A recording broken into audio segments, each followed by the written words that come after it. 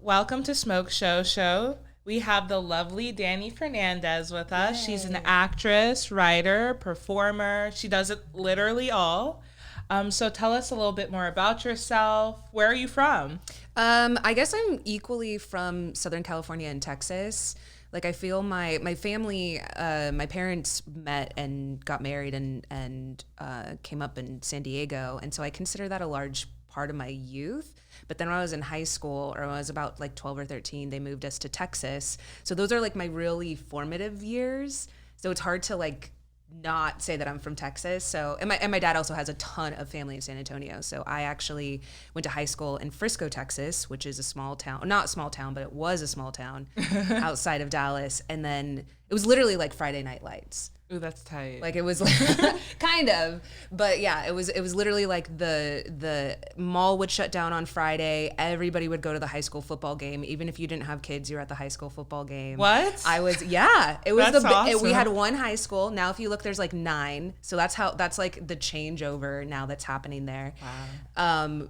My house was across from like a cow field.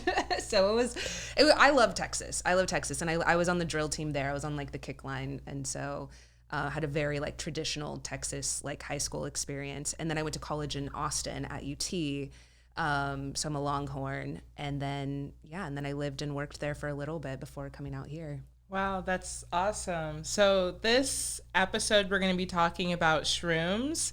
And so we have like this like whole collection of shrooms. We have these dried ones or whatever. I don't know the difference in these two. I know that there's a difference, but I don't know them. And I've taken these, and these are probably the strongest shrooms I've ever taken in my life.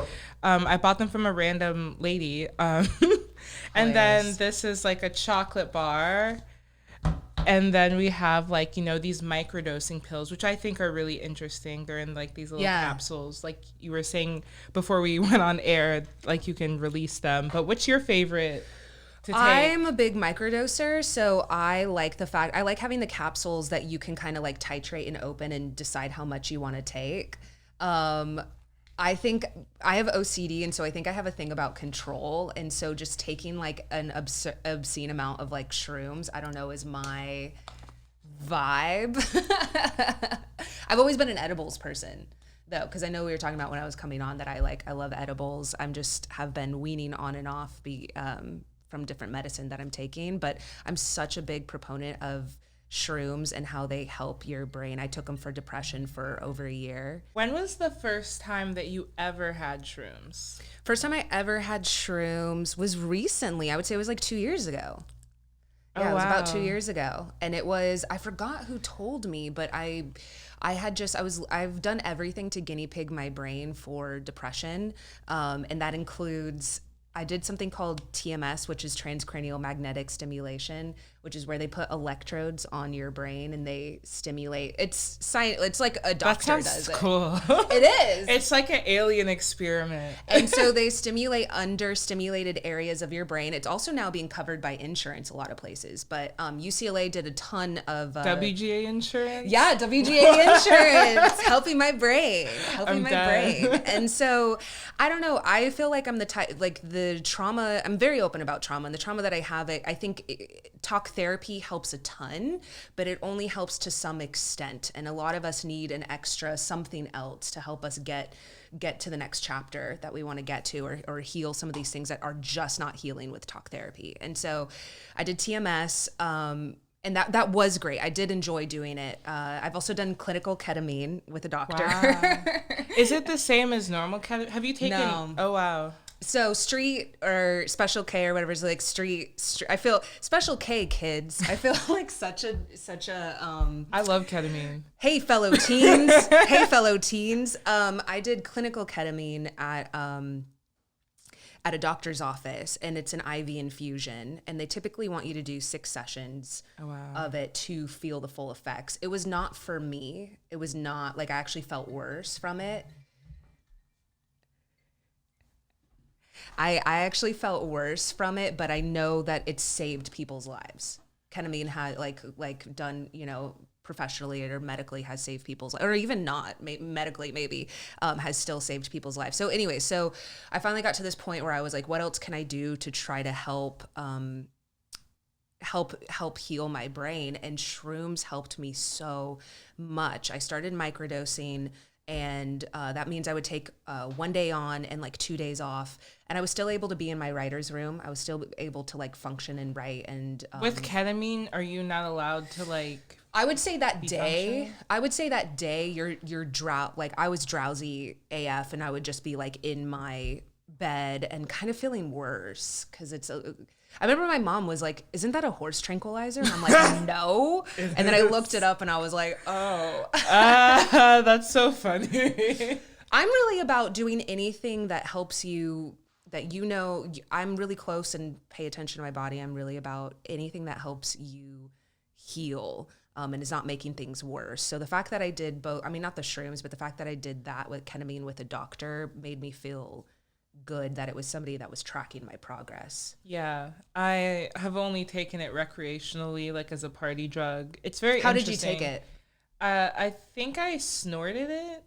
Yeah. I'm curious about the lozenges. I'm like, that seems nice. Just having like, a chill morning with like some iced coffee and a ketamine lozenge. I'm dead. Like for me, it sort of felt like I was drunk. Yeah. And so I I don't like drinking, so I like feeling drunk but not having had drink. But yeah, it was like traumatizing. Are there other drugs that make you feel drunk other than alcohol? No, just ketamine. Wow. That's why I like it. I've had like versions of ketamine. Yeah. That's like not quite ketamine. They're like, designer drugs meant to be like ketamine. Right. But yeah, it's still like ketamine at the end of the day. And that's the only thing that makes me ever feel drunk. How because you're such a big proponent of different types of weed, like how does that make you feel? Like what are the ones that you find that you gravitate towards? I do not smoke indica, or I don't smoke sativa. I'll only smoke indica because when I smoke sativa, I get crazy panic attacks. What about you? Do you prefer indica or sativa? I guess I haven't really noticed that big of a difference. My main thing that I was doing was just taking whatever edibles that I could to chill, and I still have a bunch in my at home that I would just take to unwind. But the thing about weed for me is it's a central nervous system depressant, right? And so for me, I think that's what it is. And so which is great because it helps like, so that's why a lot of people do take it for anxiety, or at least maybe one of the strains. Well, only indica. Okay. Can we look up if it's a central nervous system depressant? Yeah. And so for me, because I'm already a very depressed person, it would like drop me even lower and it would make me feel even more depressed. Wow. If that makes sense. It can go both ways. Oh, it can go both ways. Okay. So shrooms don't do that for me. So that's why I started to take shrooms every week, was because they didn't have that effect on me the way that weed did. Wow. That makes a lot of sense. Like, I feel like every time I take shrooms, I feel like very euphoric. Yeah. And then when I smoke weed, it's sort of like, those commercials that they had like back in the day where like someone was like stuck to a couch and they were That's melting. Me. Yes. But I would be more depressed because I would be like, I need to finish this screenplay, or I want to work out or whatever. And like, I took this thing to chill out my brain, but now like I'm too down, or I feel too like low energy to do anything. Whereas shrooms give me like a pep in my step where I feel like, hey, I kind of feel like going to the beach and like just being in the sun and like seeing my friends. And so it was kind of like this natural little boost of energy. Yeah, I also like shrooms because if you guys don't know, having sex on shrooms is amazing. But basically, you are an artist, you use shrooms. Do you think it helps you creatively at all, or no? I think it helps me have the energy to create and to be hopeful, because I think there's, we deal with so much rejection in this business, and a lot of times it can feel like I just can't, I'm just too exhausted to put in more time. I just like, what is the point? I sold the show and then it got dropped, right? And I sold this and then it got dropped. And it's like the shrooms kind of give me like, let's try one more time though. Like it kind of gives you that extra little like boost that you need to believe like, you know what, maybe this is the one that's going to work out for me. Yeah, that's so real. So tell us something that you're like working on right now, like what you're excited about, any projects. I know that you have In the Static. Yeah, so we did. Yeah. Yeah. So it was that was my first horror that I've shot. Wow. Actually, I think it was my first horror that I've written too. I wrote that years ago. Wow. And it deals with gaslighting, and it deals with workplace horror, which I think is fun, a fun place to play in, because we don't always see that. And it was a psychological thriller. Yeah. And that's kind of where I go to. That to me is the most terrifying, is like stuff that's in your brain that you can't quite escape. And so I think me having OCD, which I was clinically diagnosed with a couple years ago, was very helpful to have a diagnosis, so that you don't feel like, why is my brain keep cycling the same thoughts again and again and again. And I kind of did the most heightened version of that with the girl that I got to play. Yeah, that's outstanding. Like Yeah. to be able to like, take like something that a lot of people would view as like, Yeah. an obstacle Yeah. and then turn it into your art. And I feel like that's something really unique that artists are able to do. That's true. Yeah. You also are like developing a new show. Yeah, that I can't talk too much about, but I will say that a lot of the stuff that I'm trying to push through, I don't see on TV. Yeah. And I don't mean that in like a, oh, I'm so great. I mean like literally like I don't see this anywhere. So Latinx please. representation on TV is like the worst. Embarrassing. It's like Yeah. that, and like Asian American representation like astounds me how little like anyone has to look up to. It astounds me because we make up such a huge demo of this country. And it's a Yes. growing demo. And Yeah. America has the largest amount of Spanish speakers outside of Spain, yeah. which is crazy. Yeah. to think about. And there's so many of us, and so many from different countries, and it's why and we have like one show, we have like maybe one or two shows currently on air that haven't been canceled. And Yeah. they're supposed to speak for all of us, and they just don't, and they just can't, and they shouldn't. And so for me, my shows are just like, well, my biggest thing that I think we've talked about is like, I want to play in horror. I want to play in sci-fi. I want to play in this. And like, yes, I want to have Latinos in it, but I don't want it to be about them being Latino. Yeah. And that is not what execs want to hear ever. No. And so they want, I don't know why they don't listen to us, but I think they think if we make it about being Latino, then a bunch of people will show up, and it's like, and then that sometimes just doesn't happen. Another thing that I've talked about is our shows are not, in order to have a successful show, you need everyone to be watching, I feel like, because our stories are universal. Yes. And a lot of times they only market, if they market at all, but they only market to one demo. And whereas if you look at Ted Lasso, which was like winning all these Emmys and like has, a viewership across the board, it's because they're marketing it to everyone.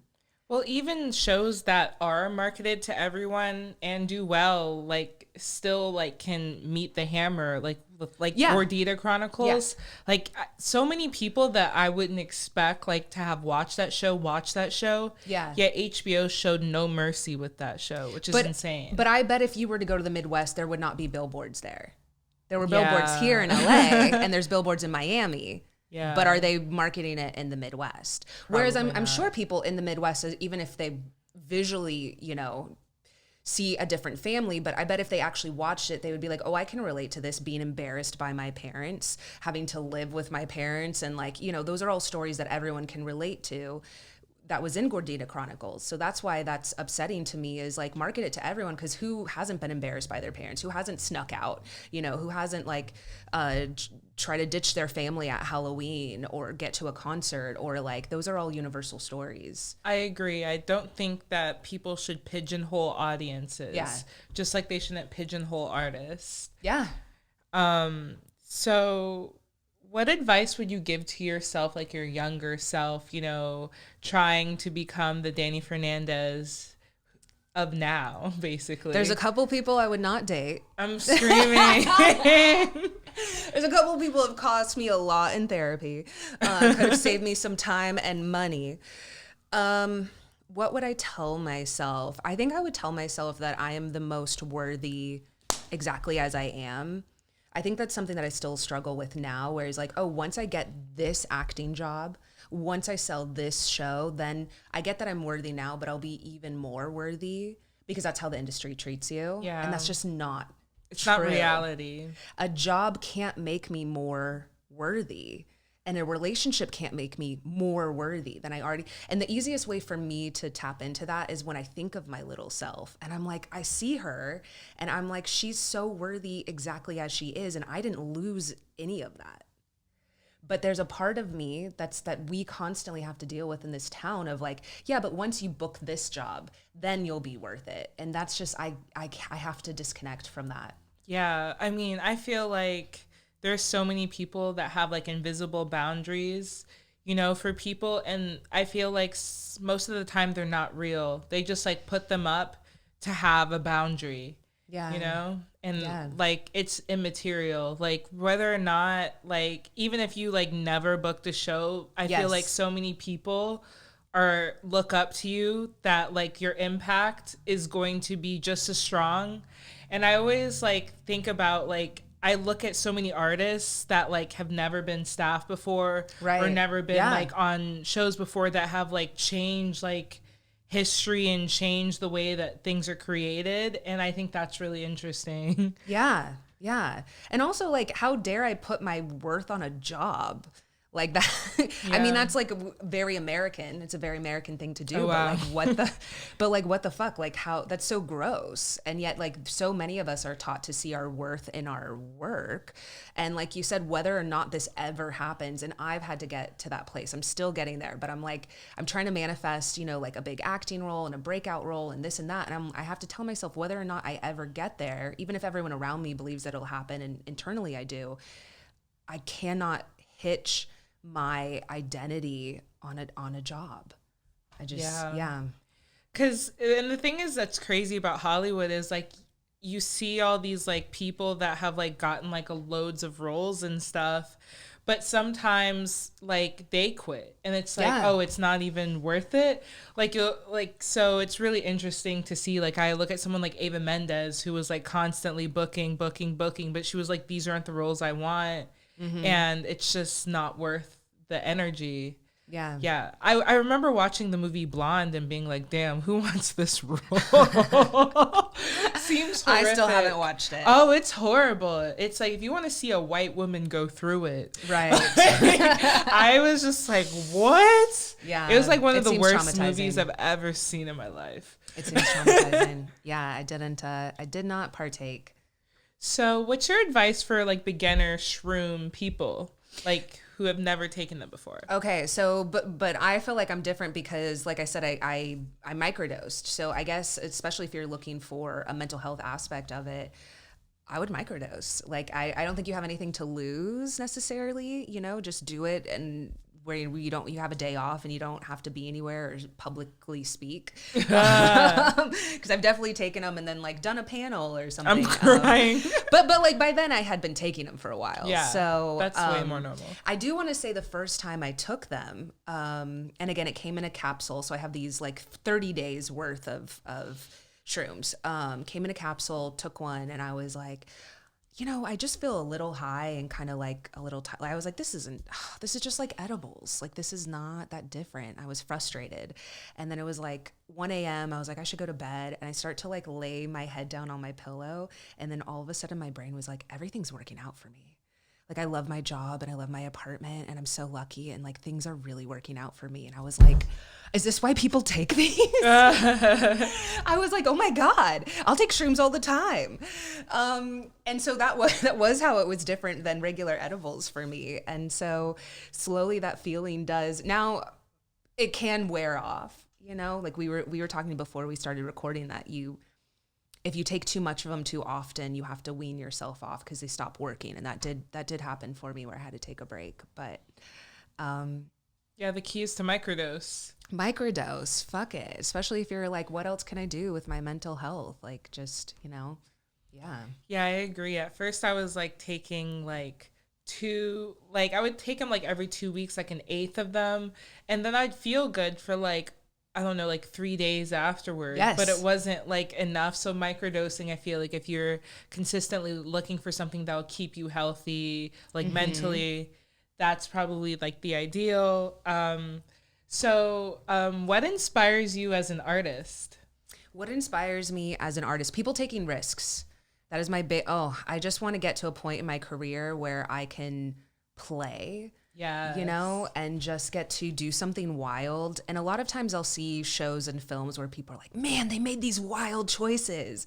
And I'm like, a lot of us are weird. A lot of us are fucked up. And we also want to make wild choices. But when you're newer, or I don't even say newer because I've been here for almost a decade, but when you're not, at an Oscar winning status yet, they a lot of times will kind of pare down, like, let's do something safer, and I don't want to play safe. My thing in my career is hopefully to get to make you make a lot of like wild choices with your art, but isn't it fun? Doesn't it feel fulfilling? Yeah, but like when you're starting out or whatever, like I'm like a lower level writer, people like, are like, what do you do with you? Or like, they're like, oh, I don't know if like this crazy person could be on my show. Like maybe sometimes your art is louder than your personality.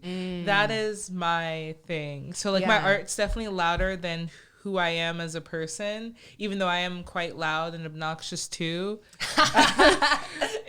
So for me, I do like it, but then I definitely sometimes wonder, like, would it be more fun to be like more pop culture? Like the first time I screened Crystal and Chelsea in the theater, I was scared that people were gonna walk out. I was just like looking at the exit sign the whole time. So that part is like nerve wracking. Or like my Man Titties music video. It's like, oh, this is what when people bring it up in like job interviews, like as like an artist, is always like awkward. But like two things. One, you have to stand out here. There's infinitely more people here in Hollywood than there was like 10 years ago. I firmly believe that because I believe that. Yeah, because social media has allowed more people who don't necessarily live here to be seen, which is a blessing and a curse. It can be great. And two, you will find the people who value that about you, though. You'll find your right people who are making weird shit. I mean, I think when I was growing up, I luckily had like Adult Swim, and I think that kind of, and Toonami, which is why I have DBZ characters tattooed on me. And I think that shaped the weirdness of getting to grow up with Adult Swim is like why I make the stuff that I do. Yeah, I do love Adult Swim. Yeah, like they're iconic. I love Adult Swim. Yeah. Which is funny because I don't think that when you look at us that we're typically demo that they thought they were going for, and or like, which was like college frat boys or like white high school boys or something. Literally. Yeah. It basically, what do you need to promote? Like, what are you like interested in telling us about, or what can you tell us about? I think, I don't know, if people follow me on my socials, I post like as I'm allowed to post about things. What are your socials? At Ms. DANI Fernandez. It's MSDANIFERNANDEZ. And then when in the static, when we start submitting it to festivals, that'll be great because also people around the country and maybe even the world will be able to attend like actual screenings of it. Yes. There will be screenings at different festivals. You definitely should come through. If you see a festival near you, come watch. You'll love it. And Danny will be here. Yes. I will be there. Okay. Is there anything else you would like to add about shrooms, your career, and where people can follow you again? Anything else I want to add about shrooms? Oh, something I want to add about mental health is just keep being open to trying things, and I know it can be really frustrating when something doesn't work for you. I know what that feels like because there'll be people that take certain medicines and they were like, oh, this is life-changing. And then like it had an adverse reaction for me. And I think it's the same thing with therapy. I just like kept trying different therapists, kept being open to trying different types. And I'm a real big, like I said, like guinea pigging myself. I would be on like Reddit looking up like mental health stuff. Like I'm fascinated, or watching documentaries and just kind of By that I mean like not everything has to cost a ton of money to do. Shrooms are actually very cheap. Shrooms are cheap. They are. So it's these are $20. It's insane that they can like literally change your life for $20. But yeah, just don't give up. Keep trying different things and listening to. I was gonna say hopefully not a certain podcast that does talk about certain.